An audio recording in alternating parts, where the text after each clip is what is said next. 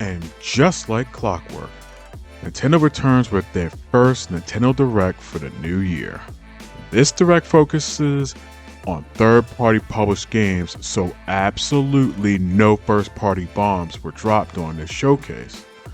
But there were quite enough third-party titles to whet our appetites. Let's dive in today on what I felt was the 3 most impactful third-party Nintendo offerings from this Nintendo Direct. And what better place to start than, lo and behold, Square Enix's Final Fantasy VII Rebirth. Now let's recap on what we already know about this game.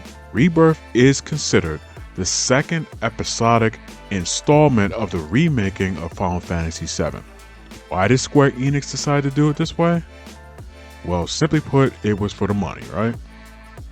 But why are we gamers accepting this kind of remaking? Probably because of 2 reasons. It would take too long to produce it all at once in one console generation. We're probably looking at 2035 or 2036, one of those 2 years, to get it all in one shot. And us gamers want the game right here, right now. So there you have it. Not much else to say about the Switch 2 port of this game outside the fact that it is a PS5 port of a timed exclusive that should have never been exclusive to begin with, but it was. For a third-party game, this game was. This game should have been originally released simultaneously between the PS5 and Steam OS, along with Windows PC. But it wasn't. And here we are 2 years later with a timed exclusive scheduled for release for not only the Switch 2, but this release will also include its release on the Xbox Series consoles. This kind of release does not maximize high interest sales, it only hinders them. And Square Enix, well, they've already learned this as a hard lesson to be remembered, and has publicly stated recently that for the most part, they are completely done with accepting exclusive deals. But time will tell if full-scale platform releases is the right solution for Square Enix going forward. So Final Fantasy Rebirth is scheduled for a Switch 2 release for June the 3rd. Resident Evil Requiem got shown off running on the Switch 2 hardware, and I like to say that Capcom has a good handle and understanding of what they're talented and capable of extracting from out of the Switch 2 hardware. My only concerns of what we saw is this game's frame rate performance running on the Switch 2. This footage does not look to be captured in 60 frames per second, but this could just be the edit of the stream, so we're going to need to see more footage or simply play it on release just a few weeks from now. And while we're on the subject of exclusive features, it's also unclear if the Switch 2 version of the game can support mouse controls for Resident Evil's first-person camera views.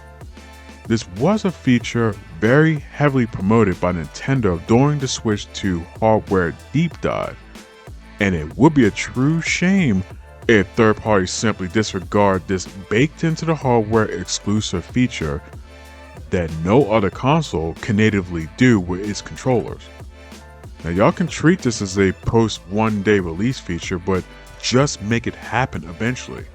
And I believe it would incentivize more gamers to play this version of Requiem. Resident Evil Requiem is confirmed for a scheduled release of February the 27th.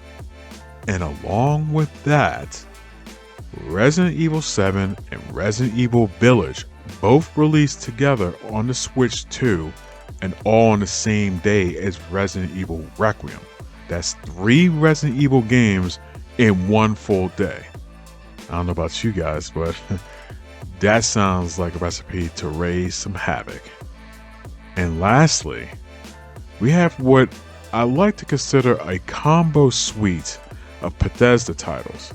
Todd Howard appears to share that not only is Switch 2 receiving a version of Fallout 4 Anniversary Edition, but also ports of both Indiana Jones and the Great Circle and The Elder Scrolls 4 Oblivion Remastered. These are great additions for anybody's Switch 2 library for games on the go. Now, these should have been ported a long time ago during their original release, but hey, better late than never at all. These 3 titles should serve fairly well on the Switch 2 as far as engagement, I believe. But whoever wanted to play these games originally has already played them by now, I would think. So the most Bethesda can really only hope for out of these 3 games is a whole lot of double dipping.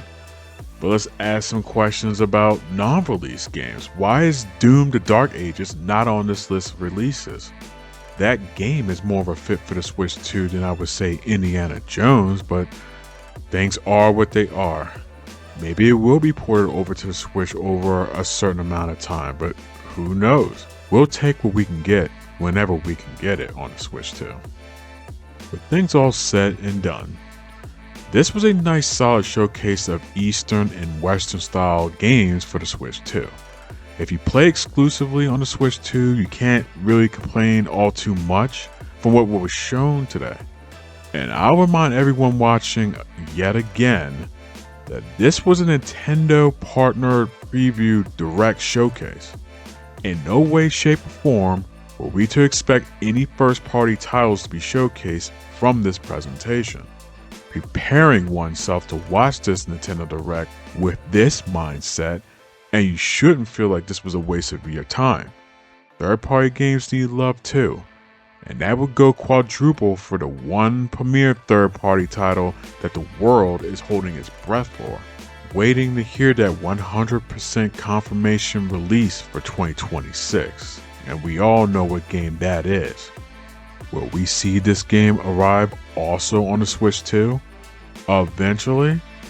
I think the answer to that lies in the stars above. And with that being said, I am Musical Weapon. Come back again. We'll do this again.